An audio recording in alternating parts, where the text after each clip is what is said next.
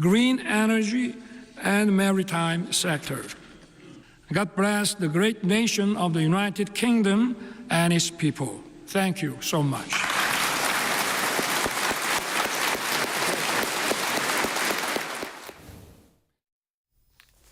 지금까지 KBS 뉴스 광장을 1TV와 동시에 들으셨습니다.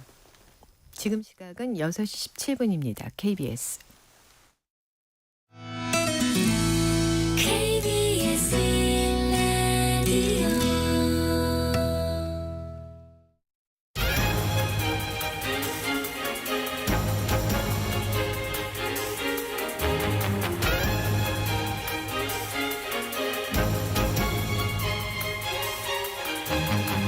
오늘 아침 일라디오. 안녕하십니까. 오늘 아침 일라디오 아나운서 오승원입니다. 국민건강보험공단이 지역가입 세대에 11월분 보험료부터 새 부과 기준에 따라 보험료를 산정했다고 합니다. 지역가입자는 국세청으로부터 받은 전년도 소득을 기준으로 보험료를 부과하기 때문에 소득 발생과 보험료 부과 시차 문제가 늘 제기돼 왔는데요. 11월분 보험료부터는 2022년도의 소득과 올해 재산까지 반영해서 보험료를 산정하기로 했습니다. 이렇게 해서 전체 지역가입자 858만 세대 가운데 345만 세대는 변동이 없고요. 보험료가 감소하는 세대가 279만 세대, 또 증가하는 세대가 234만 세대라고 하는데요. 이번 신규 부과 자료 연계에 따라 피부양자 소득 조건을 충족하지 못해 최초로 지역가입자로 전환되는 경우에는 보험료 부담을 한시적으로 줄여주기로 했고요. 소득 감소로 보험료 조정을 받은 가입자 가운데 소득 변동이 있는 대상자에 대해서는 이달부터 소득 정산 제도가 최초로 시행된다고 합니다. 만약에 휴업이나 폐업 등으로 소득에 변화가 생겼다면 소득 정산 신청 후에 보험료를 조정받을 수 있다고 하는데요. 새 부과 기준에 따라 내 보험료가 어떻게 산정됐는지 세부적인 내용들 잘 살펴보시는 게 좋을 것 같습니다. 11월 22일 수요일 오늘 아침 일라디오 출발합니다.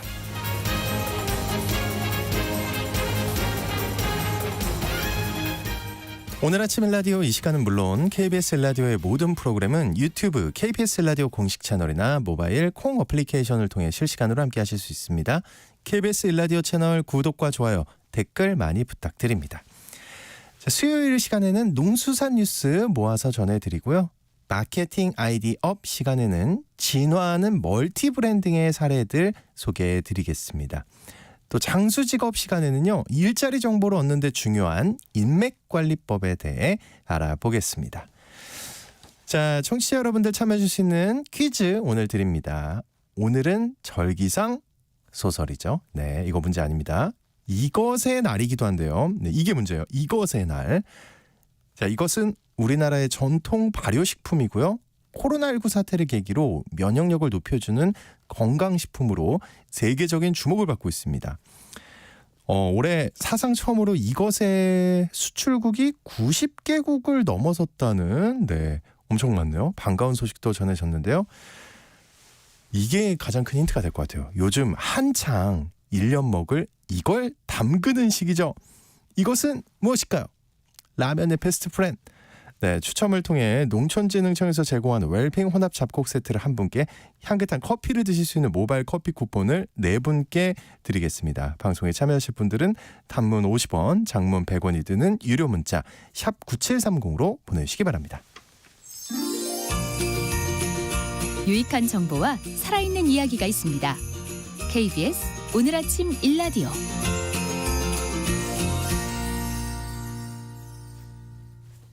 네, 5944님이 오늘 아침 일라디오 들으며 가마솥에 장작불 피우고 있습니다. 이야, 메주콩 삶고 있는데 구수한 냄새가 코를 자극하고 있네요. 이렇게 보내주셨는데 저 왜 이 모습이 상상이 되죠? 너무 좀 아련하달까요? 네, 좀 보고 싶네요. 이 모습 자체를 굉장히 그립습니다. 왠지.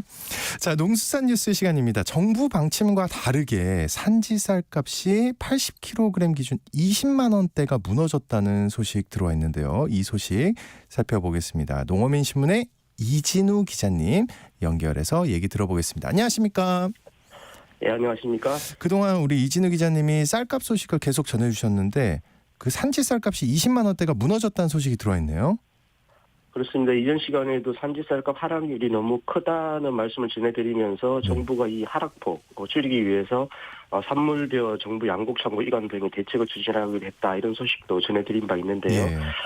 그럼에도 불구하고 지난 15일 기준 산지 쌀값이 20kg 전국 기준으로 49,820원, 그러니까 80kg을 봤을 때 20만 원 미만인 19만 9천 원대로 떨어진 것으로 이렇게 조사가 됐습니다. 이렇게 가격이 좀 떨어지는 이유가 뭐가 있을까요? 이 당초 한 7만 톤 정도가 남는다 이런 전망이 있었고요. 그런데 이제 통계청의 올해 쌀 생산량 조사 결과에서는 9만 5천 톤 가량이 남을 것으로 이렇게 조사 결과가 나왔었습니다. 그래도 이 정도면은 시장에서 정리가 될 거라고 이렇게 봤던 건데 산지에서 쌀값에 소비 유통업체에 쌀을 보는 낮은 싼 값에 소비 유통업체에 쌀을 보내는 그런 상황이라는 겁니다. 이게 9만 5천 톤이라는 양이 많지는 않지만 그렇다고 시장에서 이 쌀이 부족하다는 것도 아니다 보니까 소비재 유통업체에서도 굳이 산지 RPC가 주장하는 납품 가격 이것을 받아줄 이유가 또 없기도 할 것 같습니다. 근데 기자님 산지 RPC가 뭐예요? 미국 종합처리장이라고요.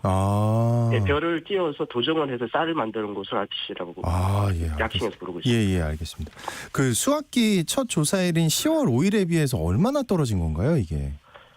이게 11월 15일 기준 가격이 20kg 기준으로 해서 49,820원이니까 10월 5일 기준 54,388원에 비해서 보면은 8.4% 정도가 되고요.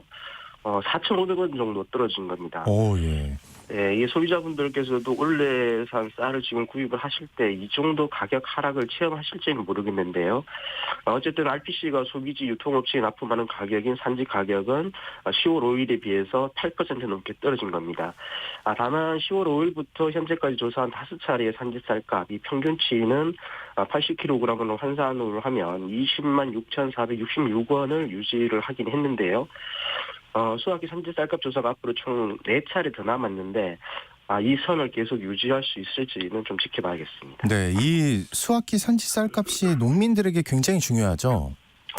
그렇습니다. 이게 농가가 생산하는 벼는 보통 농협으로 내거나 아니면은 정부 공공 비축미로 내는 경우가 일반적인데요.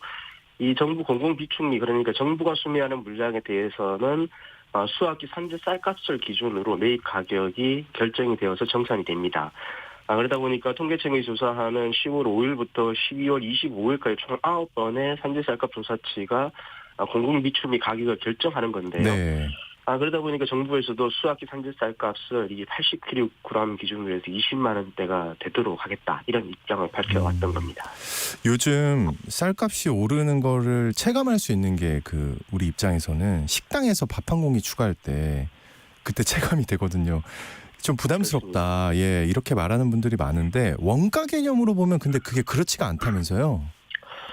그렇습니다. 1인분 기준으로 밥 한 고기에 들어가는 쌀의 양, 쌀의 양만 보면 이렇습니다. 네. 이게 150g 정도 되는데요.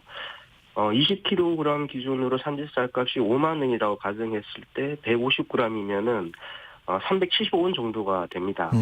그러니까 공깃밥 하나 추가요 하면 예전에는 한 공기가 1,000원이던 게 2,000원이 됐다. 이게 산지 쌀값이 올라서 그렇다 이렇게 이야기하는 경우들이 있는데요. 네. 이건 좀 앞뒤가 맞지 않는 게 아닌가 그러네요. 네, 그렇습니다. 그리고 이 상가 임대료나 인건비가 올라서 그런 것이라고 하는 게 좀 더 정확하지 않을까 합니다. 네. 그리고 그간 소형 어선의 주요 소재로 사용돼 온 FRP 일명 섬유 강화 플라스틱이라는 게 이게 화재에 취약하고 또 재활용이 어려워서 문제로 지적돼 왔는데 이거를 다른 소재로 바꾸는 일이 진행된다고요? 그렇습니다. 저도 관심을 갖고 보고 있는 내용 중 하나인데요. 이 한국해양교통안전공단이 친환경 소재인 고밀도 폴리에틸렌 HDPE를 활용해서 소형 어선을 보급하는 사업에 나선다 이런 소식입니다. 오늘 2025년까지 고밀도 폴리에틸렌 소형 어선 7척을 우선 건조해서 시범 운영을 해보고요. 이후 3년 뒤에는 이를 소재로 한 소형 어선 상용화를 추진한다. 이런 계획입니다. 근데 앞서 말한 그 FRP가 재활용이 안 된다고 하셨잖아요. 그렇습니다. 이거 FRP가 유리섬유에다가 수지, 그러니까 본드 같은 건데요. 이것을 여러 겹 덧붙여서 배를 만드는 소재로 활용을 하고 있습니다. 그러다 보니까 재활용이 안 되고 이제 미세 플라스틱 문제 그리고 화재에도 매우 취약합니다. 그럼에도 불구하고 가격이 저렴해서 국내 소형 어선의 97% 가량이 이 FRP 소재로 만들어져 있는데요. 이걸 대체하는 노력을 그간 한국해양교통안전공단에 진행을 해왔던 겁니다. 네, 그러면 이제 고밀도 폴리에틸렌은 재활용도 가능하고 화재에도 강한 건가요? 그렇습니다. 이게 FRP하고 비교해서 볼 때 발화 속도가 느리다는 점이 있고요. 그리고 또 화재가 발생을 하더라도 유독가스가 거의 발생하지 않는다. 이런 특징이 있습니다. 그리고 또 이거를 녹이면은 100% 재활용도 가능을 해서 지금 FRP와는 달리 배를 폐기할 때도 폐기물이 발생하지 않는 그런 장점이 있습니다. 하지만 배는 안전성이 제일 강조되기 때문에 그렇죠. 우선 소형 어선 소재로 이제 적용을 해보고요. 이걸 좀 고도화해서 FRP 어선을 대체하는 소재로 활용하게 되지 않을까 싶습니다. 네, 알겠습니다. 동수산 뉴스 지금까지 한국농어민신문의 이진우 기자님과 함께했습니다. 오늘 고맙습니다. 감사합니다.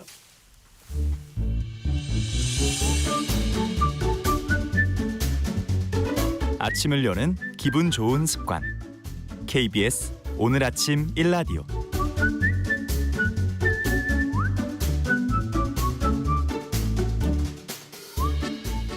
다양한 마케팅 분야의 전략과 아이디어를 끌어올릴 수 있는 방법에 대해 살펴보는 시간입니다. 마케팅 아이디어 마이테이스트의 민지영 대표님과 함께하겠습니다. 안녕하세요. 네, 안녕하세요. 오늘은 브랜딩에 대한 이야기를 나눌 텐데 네. 브랜딩 여기저기서 많이 들어보긴 했는데 정확한 정의가 좀 저는 어렵더라고요. 이 정의를 좀 알려주세요. 네, 요즘에는 퍼스널 브랜딩이라고 네, 해가지고 그거 많이 들어봤어요. 나 자체를 브랜드화하자 이런 식으로까지 말을 하면서 브랜딩이라는 단어가 많이 쓰이는데요. 우리가 계속 이야기하는 마케팅이 궁극적인 목적의 판매를 그쵸. 위해서 수행하는 모든 활동이다라고 하면은 브랜딩은 기업이 추구하는 가치와 정체성을 알리는 모든 활동을 의미합니다. 또 이것은 사전적인 정의이기 때문에 네. 또 이렇게 이렇게 생각하실 수 있는데 네. 제가 예를 하나 들어드릴게요. 네.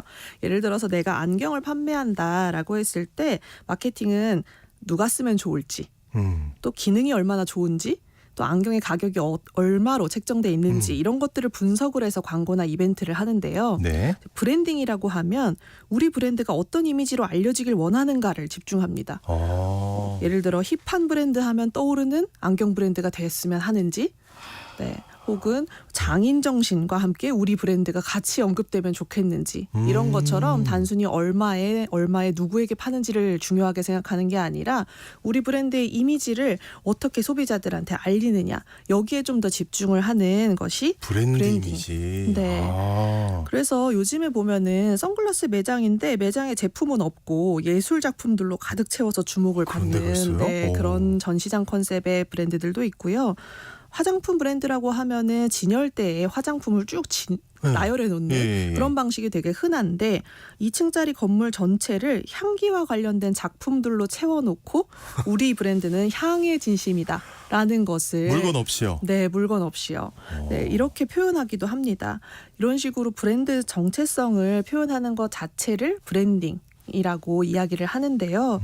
최근에는 한 가지의 가치만 표현하는 것이 또 아니라 다양한 가치들을 결합해서 브랜딩을 하는 경우가 있고 네. 이것들을 또 멀티 브랜딩이라고 하고 있기 때문에 여러 가지 사례들을 소개를 시켜드리면서 브랜딩이 뭔지 한번 이야기를 해드리려고 합니다. 정체성을 한 가지만 표현하는 게 아니라고요. 그럼 추구하는 가치가 같은 브랜드끼리 이게 협업, 같이 일해서 각자의 브랜드를 알리기도 한다는데 심지어 놀랐어요. 가구 회사랑 게임 회사가 만나는 경우가 있어요? 이거 어떻게 하죠? 그러니까요. 궁금해하시는 것처럼 가구 회사와 게임 회사가 책상? 왜 추구하는 가치가 같지? 네, 이렇게 뭐지? 생각하시는 분들이 많으실 텐데 네. 이 협업했던 게임이 나만의 가상 세계를 만들고 꾸미는 게임이다라고 하면은 조금 생각이 달라지실 수도 있지 않을까. 이야, 거기서 만나네요. 네. 그래서 스웨덴의 조립 가구 브랜드인 아마 가보셨을 거예요. 아이사와 그다음에 네, 일본의 모두가 아는 그 회사. 네. 예. 그리고 일본의 엔사가 협업을 했는데요. 네. 이 아이사의 매장은 잘 아시다시피 협업에 맞게 그 브랜드 가구로 꾸며진 쇼룸들을 좀 둘러보다가 그게 되게 많죠. 맞아요. 쇼룸이. 마지막에 괜찮은 가구들을 구입하는 방식을 하고 있어요. 근데 여기서는 기능에 집중을 해서 광고 같은 경우에는 그냥 종이 책자를 통해서 했거든요. 직접 와서 보고 네. 사라. 우리는 네. 광고를 종이로 한다. 네. 이렇게 했는데 대부분의 고객들이 종이 책자는 보지 않고 버리더라고요. 그렇죠. 예. 그 열심히 보지는 않죠, 솔직히. 네. 그래서 이 게임사를 찾았습니다. 그래서 이 엔사의 땡땡의 숲이라는 게임도 굉장히 전 세계적으로 유명한 네. 게임인데 게임 속에서 내가 하고 싶은 모든 활동을 마음대로 하면서 나만의 세계를 만들어가는 게임이거든요. 그렇죠. 예. 그래서 뭐 낚시나 채집을 통해서 먹을 것도 구하고 또 원하는 대로 집을 짓기도 하고요. 그래서 이 가구 브랜드에서는 이 게임 안에 가구를 아이템으로 넣는 겁니다. 지금 생각이 났어요. 예, 그렇게 했을 것 같아요. 예. 네, 그래서 게임 속 화면으로 이루어진 디지털 책자를 통해서 가구 브랜드 고객들이 소비를 결정하게 되고요. 게임 유저들은 아직은 가구를 소비하지 못할 나이일 그렇죠. 수도 있지만 어린 친구들이 많이 하니까. 네, 이 아이템들이 현실에도 존재한다라는 사실을 알게 되면서 잠재 고객이 된다는 겁니다. 그래서 나만의 공간과 세계를 만든다는 컨셉이 이 두 브랜드를 연결하는 성공적인 협업의 키가 됐다고 생각을 합니다. 저번 시간에 얘기했던 그 젊은 고객들, 어린 고객들을 미리 선점하려는 그 전략이 또 딱 맞네요. 네, 맞습니다. 아이고, 그렇군요. 자, 이렇게 기업 간의 브랜딩이 확장되기도 하지만 기업이 아닌 다른 영역, 특히 콘텐츠 분야에서도 브랜딩 활동을 한다는데 어떤 방식인가요? 뭐 방송을 해보셔서 하고 계셔서 잘 네. 아시겠지만 예전에는 방송을 한다 그러면 시청률을 높이자. 그렇죠. 항상 그렇게 얘기했죠. 네, 예. 우리 콘텐츠를 잘 소비하고 시청하는 사람들을 늘리자라는 데 그쳤는데 예전과 다르게 한 번 콘텐츠를 보고 끝나는 게 아니라 예를 들어서 웹툰이 드라마나 영화가 되기도 하고 맞죠. 영화가 게임이 되기도 하면서 네. 이렇게 장르가 확장되기도 하고요. 또 OTT 플랫폼 때문에 글로벌한 인기도 얻을 수 있고 여기에서 파생해서 굿즈 상품들까지 만들 수 있는 등등 콘텐츠 하나만으로 굉장히 비즈니스가 많이 확장이 될 수 있잖아요. 그래서 작품이 무엇인가, 이 작품의 정체성을 알리기 위해서 많이 노력을 하고 있습니다. 그래서 작년에 TVN에서 방영을 했던 네. 내과 박원장이라는 드라마가 있거든요. 네. 근데 뭐 제목에서도 알 수 있지만 여기에서는 작품의 소재에 좀 집중을 해서 브랜딩을 했어요. 그래서 광고를 할 때 보통 주연 배우들이 나와서 홍보를 한다던가 인터뷰를 하는 방식이 아니라 지하철에 병원 개원 광고를 했거든요. 네. 네, 그래서 실제 개원 광고하고 똑같이 만들고 예약 문의 전화번호까지 공개를 해서 사람들이 굉장히 관심을 끌었습니다. 오. 전화를 해보면 실제로 주연 배우들이 전화를 받고 세상에. 네. 통화가 끝나고 나면은 그 예약 문자 있잖아요. 병원에서 전화 끝나면 예약 문자 오듯이 방영일 문자가 와, 나한테 오는 아이디어 것까지 좋네요. 똑같았다고 합니다. 네. 실제로 소비자들은 지하철 광고의 대부분이 병원 광고를 차지하고 있기 때문에 거기는 굉장히 지겨워하는데 오히려 이 콘텐츠의 병원 광고는 주연 배우인 이서진 씨만 없었으면 진짜인 줄 알았다라고 하면서 많이 회자되고 또 흥미로워한 점이 굉장히 인상 깊었습니다. 아, 근데 또 생각해 보면은 그렇게 그 드라마에 나왔을 때 그 병원의 전화번호가 거는 분이 있군요. 거는 분이 많다고 하더라고요. 네. 전 당연히 가짜겠자 광고거든요. 이 콘텐츠 자체를 또 기업의 제품과 연결해서 제작을 하기도 한다고요. 네, 맞습니다. 앞서 말씀드렸던 게임사와 가구 브랜드처럼 여러 가지 그 기업과 콘텐츠가 함께 브랜딩을 해서 시너지를 내는 경우가 있는데 특히 식품 회사와 콘텐츠 회사를 모두 가지고 있는 C그룹사에서 굉장히 이 멀티 브랜딩을 잘하고 있어요.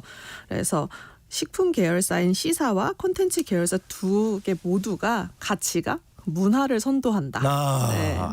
좋은 잘 이렇게 넘어갔네요. 바로 알겠네요. 네, 어디 회사인지. 맞습니다. 네. 그래서 식문화를 선도하고 또 문화를 선도하는 브랜드다라고 가치를 내세우고 있는데 이렇게 계열사 간 가치를 하나로 만든 다음에 신제품 만두가 런칭되는 시점에 맞춰서 만두 관련 다큐멘터리를 제작을 해서 세상에. 편성을 하고요. 그 즈음에 방영되는 요리 관련 콘텐츠에서는 게스트에게 만두 요리를 선보이고 옆에 있는 홈쇼핑 채널에서는 그 제품을 판매합니다. 네, 그리고 벗어날 수가 없게 만드는. 네, 채널을 돌려도 계속해서 나오게 만들고. 이거 꿈인가 현실인가 이런 느낌일 것 같은데. 예. 관심을 보였던 소비자들한테는 쿠킹 클래스까지 열어가지고 거의 그물망 작전을 펼칩니다.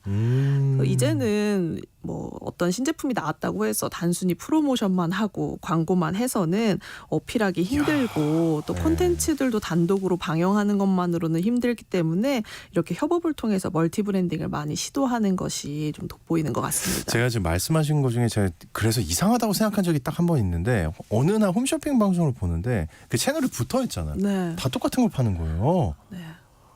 근데 저는 이해가 안 되는 거예요. MD가 왜 저러지? 나라면 경쟁력을 위해 다른 물건 팔 것 같은.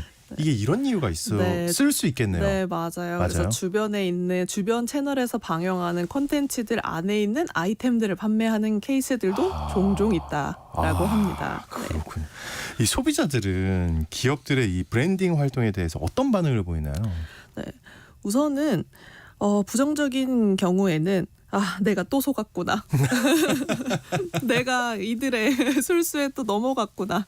이런 반응들을 하는 경우들이 있습니다. 남의 일 같지가 않습니다. 예. 네, 제품을 팔기 위해서 수단과 방법을 가리지 않는다라는 이야기들을 하는데 사실은 이건 브랜딩을 제대로 못했다.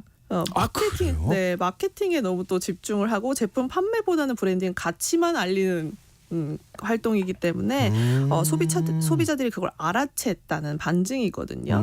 그래서 오히려 잘된 브랜딩의 경우에는 이게 기업들이 나한테 뭔가를 팔려고 하나? 이런 인지를 명확히 하지는 못하지만 이들의 광고를 본 것만으로도 특별한 경험이 된다라는 긍정적인 반응을 하는 경우가 굉장히 많아요. 야, 그러면 그렇게 따지자면 브랜딩은 굉장히 어렵네요. 네, 이 선을 지키기가 너무 어려운 영역인 거죠. 그래서 또 하나 예를 들자면 한 침대 광고에서 제품에 대한 이야기는 한마디도 하지 않고 침대를 보여주지도 않은 광고를 게재를 했는데 내가 이 브랜드의 팬이 됐다.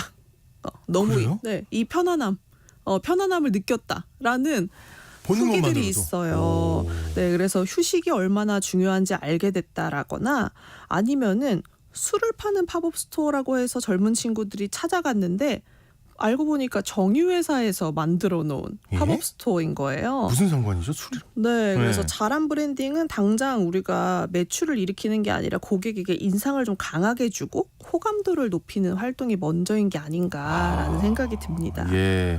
근데 지금 방금 말씀하신 그 정유회사랑 그 팝업 스토어. 네. 뭔가 어울리지 않는 조합인데 이 팝업 스토어가 특히 젊은 세대한테 굉장히 인기가 있는 마케팅 방식 아닌가요? 네, 맞습니다. 정유회사가 왜? 라는 생각이 들 정도로 기업 이미지하고 전혀 어울리지 않는데 근데 외려 저는 이렇게 방송을 듣고 나서 찾아보고 싶어요. 맞아요. 그걸 노린 거죠.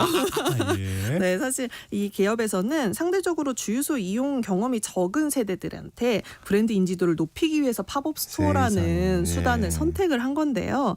주유소에서 사용하는 한자어 주 대신에 술주자를 활용을 해서 MZ 세대들이 좋아하는 행복을 충전한다라는 컨셉의 맥주 가게 주유소를 만든 겁니다. 네, 그래서 술을 따르는 기계도 주유하는 경험을 느끼게 해주기 위해서 기계와 똑같이 만들고 계기판에 숫자가 올라가도록 구성을 했고요. 그리고 정유사의 정체성이나 이런 주유의 경험을 끝까지 가져갔다는 것도 유효했고 또 하나 우리가 보통 팝업 스토어라고 하면은 굉장히 이제 번화가에서 많이 하잖아요. 또 MZ 세대들이 자주 가는 핫플 물론 서울 중심가에서도 했는데 팝업 스토어 2호점은 이 정유회사 공장이 가장 많은 울산에 열었다고 해요. 그래서 오히려 이 젊은 친구들이 울산까지 찾아가서 진짜요? 이 팝업 스토어를 즐기고 그래서 뭐 앵콜까지 됐다고 했다고 합니다. 그래서 에너지 충전 그리고 맥주 한 잔이 주는 충전을 동일시에서 팝업 스토어의 방문객이 당장 우리 주유소, 우리 정유회사의 고객이 될 수는 없지만 우리 브랜드가 다른 기업처럼 올드하지는 않다라는 것을 굉장히 성공적으로 알렸다고 합니다. 얘기만 들어도 완전히 성공했다는 걸 느낄 수 있습니다. 오늘 다양한 멀티 브랜딩 사례를 들어봤는데요. 그러면 성공적인 브랜딩을 위해서 기업이 추구하는 가치를 잘 유지하면서 확장하는 게 가장 중요하겠네요. 있죠? 네, 예. 물론 우리가 추구하는 가치를 유지하면서 확장하는 것도 중요한데요. 네. 상황과 환경에 따라서 유연하게 변화하는 것도 도움이 될 것 같습니다. 제가 헬스장 사례 하나만 더 소개를 해드릴게요. 네, 헬스장은 우리가 운동 수준이 다 다른 사람들하고 함께 이용하는 곳, 여러 명의 트레이너가 상주하는 공간으로 생각을 하잖아요. 네. 그런데 운동하는 인구가 늘어나면서 소수의 인원이 있는 걸 바라는 고객이 증가를 하고 네, 프라이빗 스튜디오가 많이 생겼거든요. 엄청나게 생겼죠. 네, 근데 한 브랜드에서 운동하는 공간은 다른 사람들 다 필요 없고 나만의 헬스장이 되는 공간처럼 해서 뭐 월 이용권, 연 회원권이 아니라 시간별로 임대하는 형식의 헬스장을 만들었어요. 임대를 네, 나만 네. 쓰는 거군요. 네, 그래서 뭐 건강을 위한 운동도 중요하지만 나만의 공간에서 내가 운동을 한다라는 컨셉을 내세워서 브랜딩을 해서 굉장히 성공한 사례들이 있거든요. 그래서 오래된 가치를 고집하는 것 플러스 또 환경에 맞게 변화하는 것까지 모두 고려해 보는 것이 멀티 브랜딩에서 중요한 점이 아닌가라는 생각이 듭니다. 네.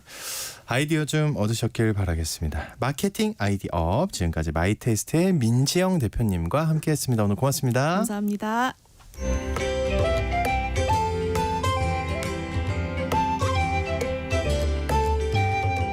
상쾌한 하루의 시작. KBS 오늘 아침 일라디오. 직장은 나와도 평생 직업이 필요한 시대를 위한 장수 직업 시간입니다. 재취업을 위해서는 일자리 정보가 무엇보다 중요할 텐데요. 이러한 일자리 정보들은 매일 만나는 가까운 지인한테도 얻을 수 있겠지만 그보다 가끔 만나거나 거의 만날 일이 없는 지인들에게서 더 많은 정보를 얻을 수 있다고 합니다. 네. 자, 오늘은 일자리 정보를 얻기 위해 어떻게 인맥 관리를 해나가야 할지 살펴보겠습니다. 커리어 비전의 최진희 대표님 나와주셨습니다. 안녕하십니까? 네, 안녕하세요. 야, 오늘 제일 어려운 주제인데요. 네. 인맥 관리. 제가 거의 포기한 영역인데, 근데 은퇴 이후에 인맥 관리가 굉장히 중요하다. 이거는 정말 많이 들었어요. 네. 은퇴한 선배들한테도 많이 들었는데 일자리 정보를 얻기 위해서도 인맥 관리가 필요하다고요. 네, 필요합니다. 미국 컬럼비아 대학에서 직업적으로 성공한 사람들의 성공 비결에 관한 설문조사를 했었는데요. 성공 비결 중에서 기술이나 능력은 15%에 불과했고 네. 85%가 원만한 인간관계나 공감 능력이었다라고 나왔습니다. 재취업에 있어서도 마찬가지로 이 인간관계는 상당히 중요한데요. 재취업에 성공하려면 네트워킹, 즉 이 인맥 관리가 잘 해야 되는 거고 이건 선택이 아니라 필수라고 볼 수 있습니다. 성공을 이루는 요소 중에 85%가 인맥 관리다. 네, 그렇습니다. 와, 예. 우리가 보통 일자리 정보를 얻기 위해서는 뭐 채용 사이트에서 지금 젊은 분들은 많이 하시잖아요. 네. 채용 사이트에서 일자리를 검색하거나 아니면 평소에 뭐 기업 홈페이지 관심 있는 기업 홈페이지에 들어간다거나 고용 가까운 취업 관련 센터를 방문을 한다거나 스마트폰을 잘 못하시는 분은 아직까지도 이제 그 신문 교땡땡 까땡땡 뭐 이런 걸 보시면서 채용 정보를 찾고 계신데요. 네. 이렇게 다양한 채널들이 있지만 그 중에서도 좀 재미난 조사가 있습니다. 네. 이런 다양한 방법들 중에서 어떤 방법이 가장 취업하는 데 도움이 되느냐라는 설문을 했었습니다. 취업한 사람들 대상으로. 네네. 사회학자인 마크 그라노벡터 박사는 일자리 구하기 경로에 대해서 조사를 했었는데요. 일정한 기간 동안에 사람들이 어떠한 경로를 통해서 취업하는가에 관한 조사를 한 결과 중개자 없이 직접 본인이 발로 뛰어서 일자리를 찾은 경우는 20%에 불과했고 구인 광고나 직업 소개서를 통한 경우는 18.8%. 오, 생각보다 낮네요. 네네. 네. 아는 사람에게서 정보를 얻는 경우가 56%로 가장 많이 나타났습니다. 여기서 말하는 아는 사람이라고 하는 거는 우리가 약한 연결고리를 가진 사람이다라고 할 수 있습니다. 약한 연결고리라 하면 이게 엄청 친한 관계는 아니라는 거네요. 그렇죠. 네, 맞습니다. 굉장히 의외인데요. 네. 그 약한 고리가 제가 말한 그게 전부인가요? 그냥 덜 친한 사람? 근데 그 사람이 그렇게 중요한 정보를? 네, 우리가 보통 매일 만나는 사람은 밀접한 관계다라고 그렇죠. 얘기를 하는데요. 그 사람들은 나한테 뭐 취업하는데 도움을 주려고 마음만은 정말 최고잖아요. 강한 마음과 동기부여는 될 수는 있지만 나와 가까운 사람 우리 집에 수저가 몇 개인지도 알기 때문에 그 사람이 알고 있는 정보는 내가 알고 있는 정보와 거의 유사하다라는 겁니다. 그래서 정보의 확대가 안 된다라는 거죠. 반면에 뭐 일주일에 한 번씩 만난다거나 어쩌다가 연락만 하는 관계. 저희와 같은 관계. 대표님 가죠. 그렇죠. 예. 이런 관계는 오히려 더 많은 정보를 얻을 수 있다라고 하는 거죠. 그럼 100%겠네요. 네, 지금 아나운서님도 제가 없겠네요. 그렇죠. 예. 일주일에 한 번씩 만나는 패널들과 만나면서 다양한 정보를 많이 얻고 계시잖아요. 예. 이렇게 가까운 관계보다는 이렇게 약간 거리가 있는 이런 연결고리를 갖고 계신 분들한테 더 정보를 많이 얻고 계십니다. 예. 저도 이제 직업교육이나 직업훈련 뭐 이런 걸 하잖아요. 교육할 때 일부러 자기소개를 시키거든요. 다 각각 다른 곳에서 오신 분들이니까. 네. 그러면 자기소개하면서 서로 놀라는 거예요. 그런 것도 있어요? 그런 일도 있어요? 이러면서 자기들은 전혀 몰랐다는 그런 정보들을 소개하면서도 알 수 있더라고요. 그래서 이렇게 매일 친한 관계가 아니라 뭐 교육을 받으면서 만난다던가 뭐 한 달이 건너서 만난다던가 이런 경우가 오히려 더 많은 정보를 얻을 수 있습니다. 야. 그런 사람들한테는 우리가 공개되지 않은 비공개 정보라고 얘기를 하거든요. 비공개 일자리 정보를 얻을 수 있는 확률이 더 높습니다. 그게 완전 키 아니에요? 근데 얘기 듣다 보니까. 그렇죠. 네. 그래서 우리가 긴밀하지만 협소한 관계보다는 조금 느슨하지만 다양한 관계가 비공개 일자리를 얻을 수 있기 때문에 이걸 뭐 다양하지만 느슨한 관계 네. 이걸 약한 연결고리의 힘이다 이렇게 얘기하고 있습니다. 얘기 듣다 보니까 저는 만약에 여기를 그만두면 재취업은 어렵겠네요. 지금부터 하시면 됩니다. 지금부터 할 수 있으니까. 예. 근데 사실 그래요. 좀 이렇게 시간이 지날수록 새로운 사람 만나는 게 스트레스더라고요. 저한테는. 네네. 진심으로. 나이 들수록 더 어려울 것 같은데 부모님을 봐도 그렇고 맨날 만나는 분들만 만나던데 어떻게 하면 좀 자연스럽게 이 약한 연결고리들을 넓힐 수 있을까요? 일단은 집 밖을 나가는 게 최우선인 것 같습니다. 전곡을 찌르십니다. 집 밖을 일단 나가셔야 됩니다. 네. 운동을 좋아하시거나 운동을 현재 하고 계신 분들은 운동 모임을 통해서 사람을 자연스럽게 만나는 것도 그게 스트레스 받아갖고 나왔는데. 네. 좋은 방법일 것 같고요. 배우는 것을 좋아하거나 교육받는 것을 좋아하시는 분들은 뭐 세미나라든가 교육이라든가 훈련 등 집을 벗어난 다양한 형태의 모임을 일부러라도 참여하는 용기를 가지시는 게 좀 좋을 것 같습니다. 요즘 새벽에 운동하시는 분들도 많이 있으시잖아요. 네, 많으시더라고요. 네, 그분들하고 자주 보면 친해지거든요. 사실 저희 남편하고 저는 저희 남편 퇴근 후에 가까운 집 뒤에 이제 산이 조그만 동산 같지 산 같지 않은 산이 하나 있습니다. 그 산을 이렇게 정상까지 등반을 하는데 거기서 모르는 사람들이 자꾸 저희 남편한테 인사를 하는 거예요. 안녕하세요. 안녕하세요. 그래서 제가 엄청 잘생기신 거 아니에요? 아니요. 배우? 전혀 그렇지 않습니다. 아, 그래요? 네네네. 그래서 누군데 인사해? 이렇게 했더니 여기서 매일 만나시는 분이라는 거예요. 그래서 정상 가니까 서로 안부도 묻고 오랜만에 오셨습니다. 이러면서 안부도 묻고 이러시는 거예요. 이렇게 일상생활에서부터 좀 시작을 하셨으면 좋겠어요. 너무 억지스럽게 누군가를 만나려고 이렇게 다가오면 부담스럽거든요. 상대도. 그렇기 때문에 내가 생활 반경에서 먼저 이제 사람들하고 좀 친해지려고 노력을 하시고 그렇다면 그분들하고 이제 취미 생활을 아니면 운동을 못 하시는 분들은 취미와 관련된 모임을 하시는 것도 괜찮습니다. 일단 집 밖을 나가야 되네요. 네. 여러 가지로 들었을 때. 동호회 모임 보면 같은 취미가 같은 사람들끼리 모이니까 처음 만났는데도 엄청 친하시잖아요. 뭔가 그죠, 순식간이죠. 그죠, 예. 공감대 형성되는 게 있기 때문에 네. 그래서 뭐 음악을 좋아하시거나 뭐 그림 그리는 걸 좋아하시거나 아니면 뭐 운동, 취미 활동을 하시는 분들은 이런 취미 관련 동호회를 통해서 좀 사람들하고 먼저 친해지는 방법을 익히는 게 더 중요할 것 같습니다. 오늘 약간 재취업 교육이라기보다 인간관계 교육 같은 느낌. 근데 또 이런 상황이 있잖아요. 날이 춥습니다, 선생님. 네네네. 예, 밖에 나가기가 힘들어요. 네. 어떡합니까, 이럴 땐. 추우니까 더 나가기 싫으실 것 그럼요. 같습니다. 예.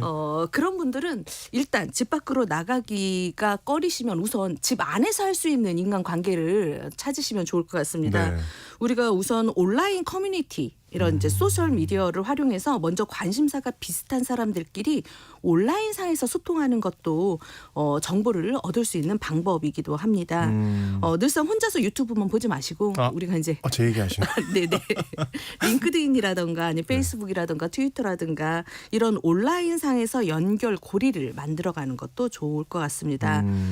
SNS는요 이런 약한 연결 고리를 빠르게 늘릴 수 있는 좋은 수단이 기관이기도 하고요. 페이땡땡 뭐 이렇게 가입을 하면 22억 명 가운데 누군가와 가볍게 인사를 해주고 뭐 좋아요 한번 누르면 누군가가 내 글에 좋아요 누르면 그 사람을 또 다시 한번 보게 되거든요. 그러면서 조금씩 친해지면 좋을 것 같고요. 직접 만나지 않더라도 우리가 이제 약한 연결고리는 밀접하고 자주 만나지 않아도 된다고 했잖아요. 이렇게 만나지 않더라도 SNS 상에서 서로의 안부를 물을 정도, 요 정도 되면 너무 가깝지는 않지만 그래도 한두 번씩은 뵙거든요. 그때 이제 이런 일자리 정보가 나왔을 때 그 사람이 생각나서 연락을 해주니까 네. 이런 SNS 상에서도 약한 연결고리를 만드는 것도 이제 방법인 것 같습니다. 네. 일단 추운 거 넘어갔고요. 네, 그 집 밖에 나가기 싫은 거 일단 넘어갔고 SNS 방법 있는 거 알았어요. 네. 근데 그것도 다 싫어요. 혹시 다른 방법 없습니까? 또 다른 방법이 있다라고 하면 네. 봉사활동이나 교육을 받는 것도 괜찮습니다. 교육을 받는 거, 네. 봉사활동이나. 네, 봉사활동을 하시면 이제 당장 취업은 아니더라도 봉사활동을 통해서 자연스럽게 인맥 관리를 해가시면 좋을 것 같은데요. 제가 봉사활동을 통해서 취업하시는 분들을 정말 많이 봤습니다. 왜냐하면 봉사활동 하시는 분들은 어느 정도 경제력이 조금은 있으세요. 당장 취업을 하지 않더라도 그리고 시간적 여유도 있고. 사회적으로도 어느 정도 이제 위치에 계셨던 분들도 많이 오시기 때문에 그분들이 내가 다녔던 회사로 내가 다시 들어갈 수는 없지만 내가 다녔던 회사에서 아직 부하 직원이나 아직 그들과 연결이 되고 있거든요. 그래서 그 정보가 누구를 뽑는다는데 하면 같이 봉사활동했던 이분들을 추천해 드리는 거예요. 그렇기 때문에 봉사활동을 참여해서 거기에서도 이제 취업 정보를 많이 얻고 계십니다. 그래서 일단 가까운 구청이라던가 이제 지역에 봉사활동을 먼저 시작하시면 좋을 것 같고요. 두 번째는 50플러스 센터라던가 시니어 클럽 같은 이런 지역 50플러스 센터요? 네네네. 50플러스 센터나 시니어 클럽 같은 지역 커뮤니티 센터를 활용하시는 겁니다. 50플러스 센터나 시니어 클럽 같은 이런 지역 커뮤니티에 가시면 네. 또 다른 시니어분들과 소통하고 그리고 정보를 교환할 수 있습니다.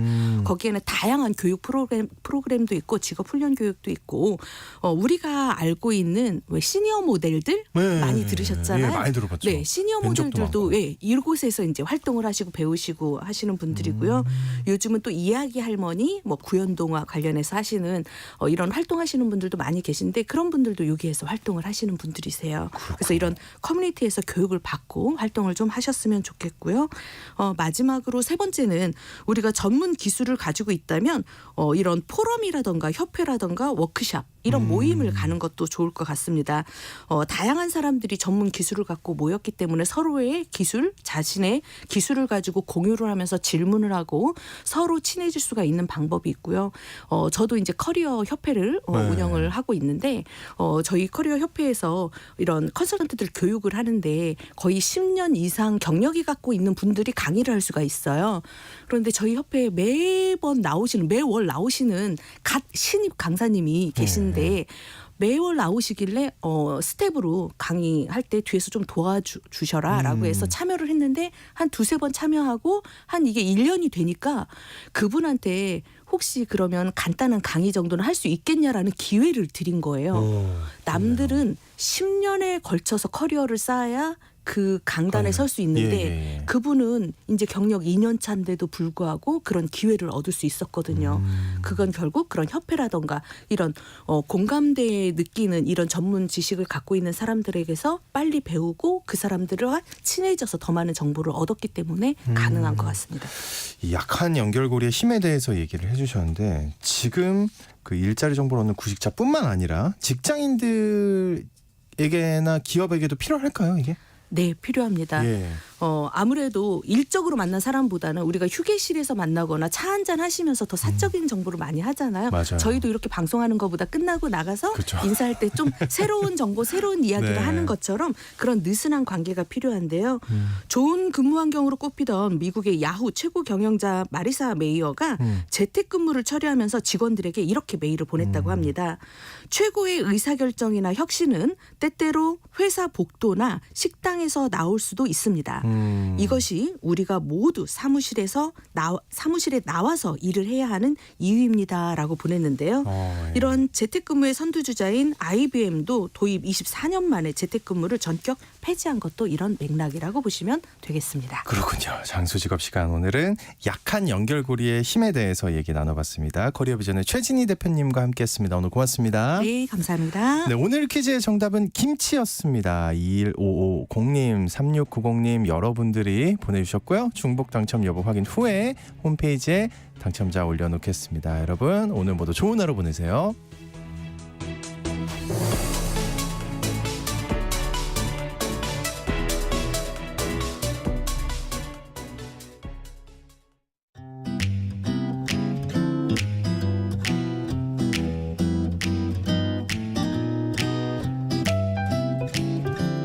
안녕하세요.